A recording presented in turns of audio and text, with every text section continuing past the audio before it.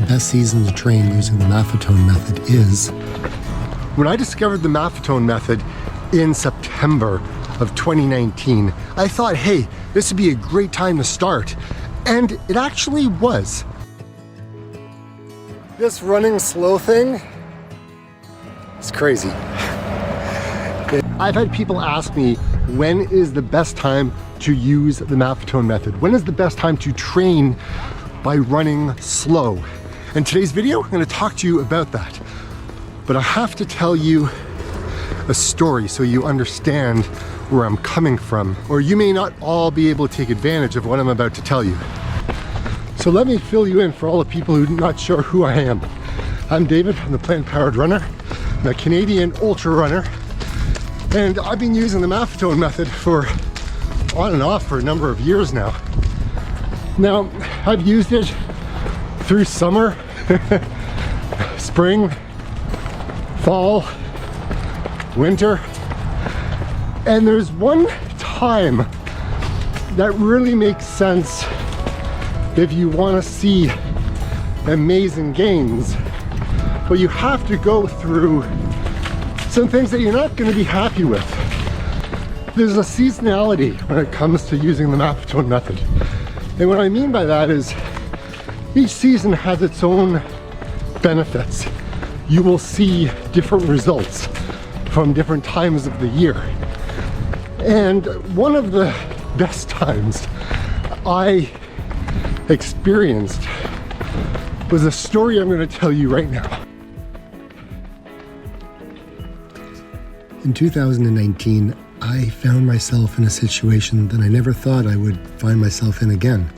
I had lost 100 pounds over the course of a number of years prior to gaining quite a bit of it back. And I was just fed up. I didn't want to be injured anymore. I didn't want to be burned out.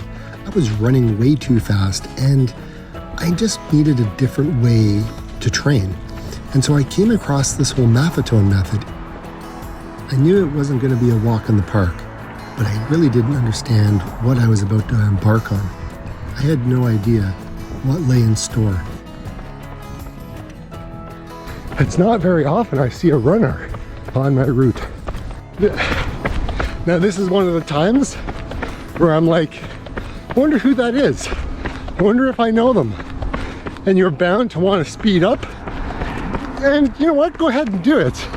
It's not going to hurt your math training, but you may want to turn your run into a different type of run if you're going faster. I gave it a year and I ended up running 3 minutes faster per kilometer. I couldn't believe what had just happened. It also allowed me to run my first 50 miler. However, this is my second time restarting again in 2023. And so far, it's been epic. And I got some things I want to share with you. You gotta be kidding me. Snow? Then again, it's Halloween. We almost got through Halloween without it snowing, which would be the first time in years. But heck, anyways, here we are. So it's been 7 or 8 hours after my run and my battery died, so apologize for that. But here we are in a snowy winter wonderland. This is the first snowfall that we've had this coming winter, and I mean it's beautiful. I mean this is awesome. However, I'm not ready for any of this. It can all just disappear for what I really care about. So what I was talking about earlier on with regards to when is a good time to start training using the Maffetone method, I'm going to give you 5 reasons why it would be a good time to start using the Maffetone method and what season may actually work best for you if that's what you're going to be planning on using in your training. If you haven't run before and you're new to this whole entire sport, this is probably a good time to have the conversation about what running too fast could do to you. Because if you start running and you don't really pay attention to aerobic base training, what you may find is you're running way too fast most of the time. And then what happens is you tend to get injured. And when you get injured, you stop running, and then it's hard to kind of start all over again. And some of the injuries can be kind of extreme, right? Like anything can happen from your ACL to a knee injury to your meniscus in your knee. I mean, look, there's a lot of things that can happen because running is a very high impact sport. If you find yourself as an overweight person, I understand your pain and I understand your frustrations because I've been there and I'm still kind of there. I haven't gotten rid of everything that I regained, but I'm working on it. I am doing my best to become that better runner. The slower you run, or if you walk, you're burning fat as a fuel source. Now, if you've got a lot of weight on your body frame, guess what? You want to burn fat. So going for like long hikes, like you can power walk your hikes. If you do those sorts of things, you're burning fat. When you use the Maffetone method, again, you want to stay in your aerobic zone and you end up burning fat as a fuel source. And that is a good thing. But if you start to run faster and faster and faster during that run, you'll switch from fat burning to sugar burning, basically. So just got to be careful, and you got to know where your heart rate zones are to make sure that you're running in your anaerobic zone. I started using the Maffetone method because I got sick and tired of being burned out and being injured.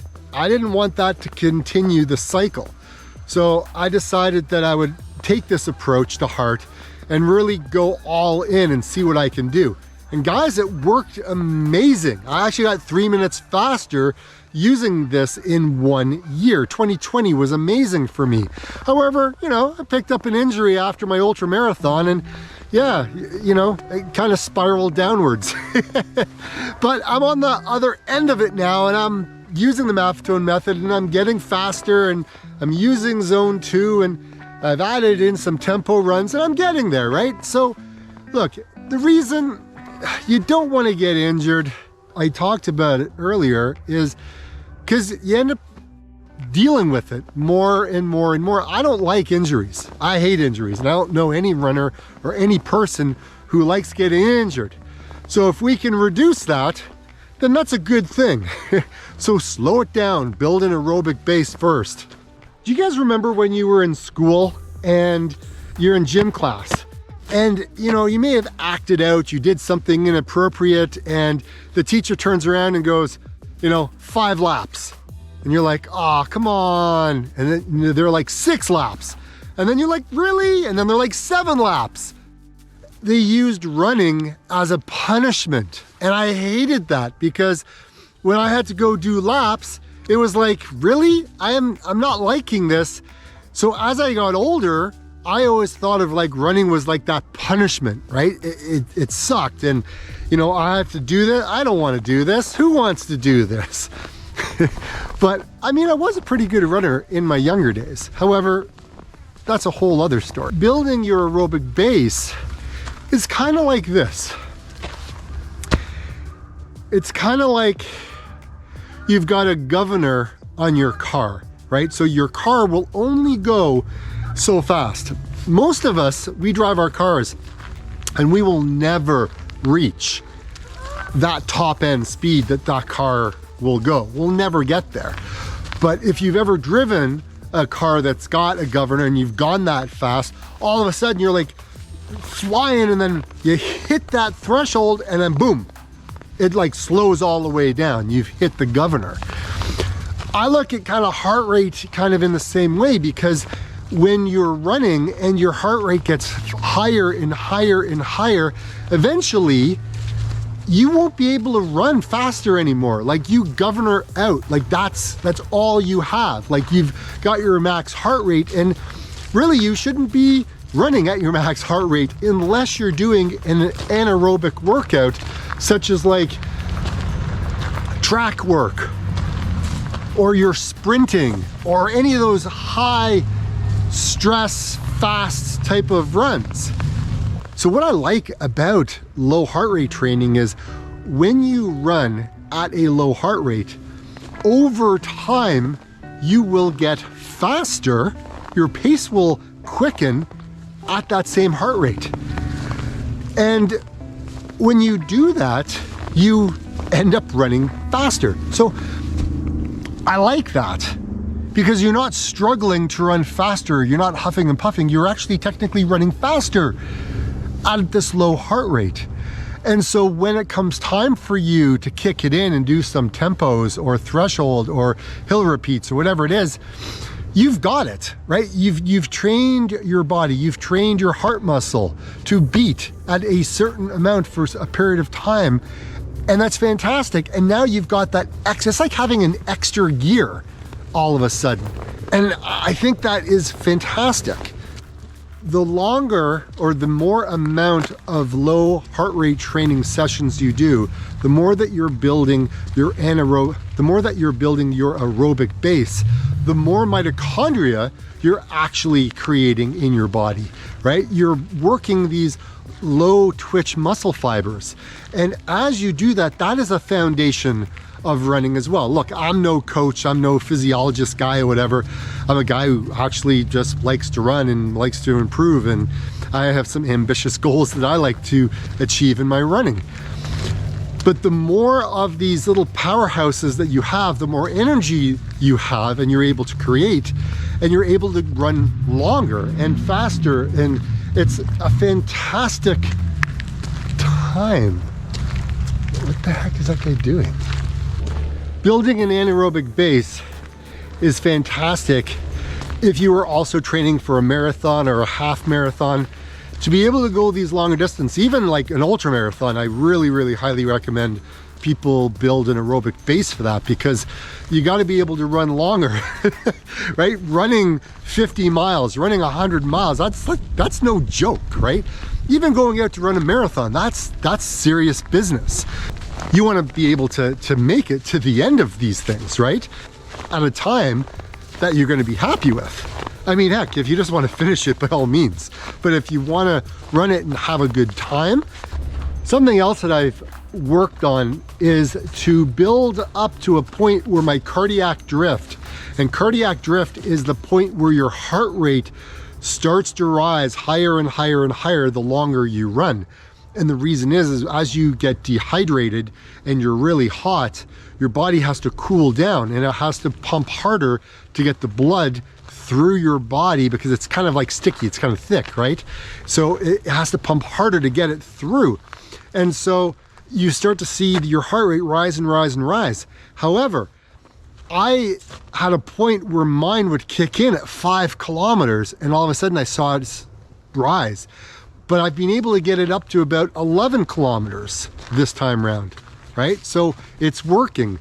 And the more that you run, the more consistent you run, you're able to push out your cardiac drift as long as you're hydrating, you're doing your best to stay cool, and you're being consistently running to build up that aerobic base. This will help you run a faster marathon or a half marathon.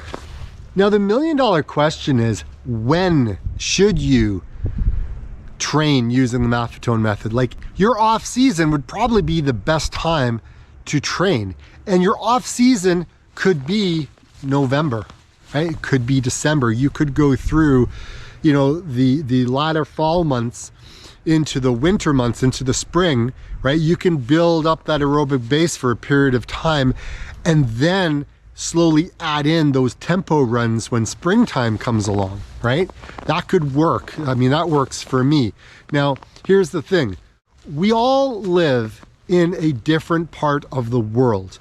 And because we all live in different areas, we all have different climates. Like, look at this right now. I got snow falling on me right now, but it's not going to stick around. It's going to disappear and we'll be fine until like December. But in some parts of the world, like in California, man, it's like hot, crazy hot, right? But the further up the mountains you go, then obviously it gets cooler, right? If you're in Chicago, you're dealing with the same type of temperatures I'm dealing with. If you're in Texas, my God, it's like hotter than hot. Like, I can't even imagine training in that environment day in and day out and trying to find times when it's cooler to run. Like, when it's cooler for you to run, I mean, that's not like up where I am in Canada, we wouldn't see that temperature, right? Like it would get there for like a couple of days and then it would be gone, but you guys tend to get a lot. And man, I don't know how you do it. I mean, I do, you just get used to it, right? You don't complain, you just get out and do your thing, right? Because that's the environment that you're in. And this is where it leads into the question of what you may not like about the Maffetone method. And that is, depending on where you live, you may be doing a lot of walking, a lot of hiking, because you may live in an area where there is a lot of hills, or you are in an area like I just mentioned when the temperature is extremely hot, or you could be in an area where the temperature is really, really, really cold. So you're trying to find that happy medium of a season that you could really see some cool results. But at the same time, you're also in a different type of environment that you're trying to figure out and what makes sense. Because look, we're all runners. We don't want to walk. We don't want to hike. We want to get out and run a marathon, right? But here's the thing. It's okay to take walk breaks during a marathon. It's okay to hike the hills when you're trail running. It's okay to do those things. And I've had to tell myself that over and over and over again, just to put an end to the whole ego battling thing in my head. Here's a little tip for you. If you have a treadmill, it will help you stay consistent in your Maffetone training during the off season, because you can manage the environment that you're running in because you're inside. If you're outside, it's very, very difficult to be able to manage your environment. Actually, you can't. It's impossible. It won't work. You have to adapt to the environment, right? The environment won't adapt to you. And so for me, that doesn't work. I don't have a treadmill. I actually like running outside all the time in all the different seasons because it's fun, it's exciting, it's an adventure for me. And for my mental health, I need to be out on the trails, I need to be on the road, I just need to be outside of my house doing something in all the different seasons. But if you have that treadmill, that could be the secret weapon to improve using the Maffetone method. However, it may not, because running on a treadmill and running on the roads and trails are totally different. But who am I to say? Go out and experience it for yourself. So at this point of the video, I'm just gonna ask you one thing. Like the video, it really helps me. For all you guys who've been following me for a while, just wanna say I'm very grateful. I'm very thankful that all of you have found my channel and you're following my crazy journey on my running adventures. It really does mean a lot to me. So from me to you guys, I appreciate all of you. So thank you for liking, commenting, sharing the videos. It means a lot. The one thing I will say is after you've taken some time and you've built up your base, start to add in some speed work, because speed work that I have come to learn is very valuable to do a tempo. It's very valuable to do a threshold. It's very valuable to do a progression run and even hill repeats. Don't ignore those. Just because I talk about heart rate training doesn't mean that you got to skip those, because those are just as important as building your base if you want to be a strong, fast runner. And the last thing I didn't talk about was strength training, because strength training, when you get to be 40 plus, you got to pay attention to that, because you want to keep the muscles strong, because the stronger you have, like the stronger you are, the better you will be at keeping a lot of injuries away, and you will be a very strong, fast runner, in my opinion. It's just my opinion. I mean, just look at this. It's like a little fairy tale. The places I go, guys, the places I find, they're just fascinating. So the crazy thing is if you don't like the weather in one town in Canada, just drive like 15 minutes down the road and go to the next town. I was in Holstein earlier, now I'm in Mount Forest, and there's no snow. Nothing. It's like it's like a different place. It's crazy. Anyways, I just wanted to show you, like, it is unbelievable how our weather can be so different. Like, what the heck? And it's like 4 degrees warmer. What? I don't get this. Now the fall time is the time to shine. It is the time to race. It is the time to set some PBs and some PRs. It is a time to put your running and your training to the test, to see where you're at, because you've done a lot of the hard work. And now that you're starting to get some perfect temperatures to be able to run faster and challenge yourself on some of these races that you've been wanting to do, or you just wanted to see how your running has progressed now that it's gotten cooler. Look, the best temperature I find for me to run is like 4 Celsius. Anywhere between 4 and 8 Celsius, man, it's an amazing temperature to be able to run at. For me, I love that. I can see a lot of amazing benefits. For me, it's all about the joy. Is one thing that I found really helpful for me when I was trying to run, but I couldn't really run that much, but I wanted to run faster than what I could normally. What I was able to do was, in this video right here, it helped me immensely. Like I always say, get out and run. See you next week. I really wanted to get it right, trying to find some balance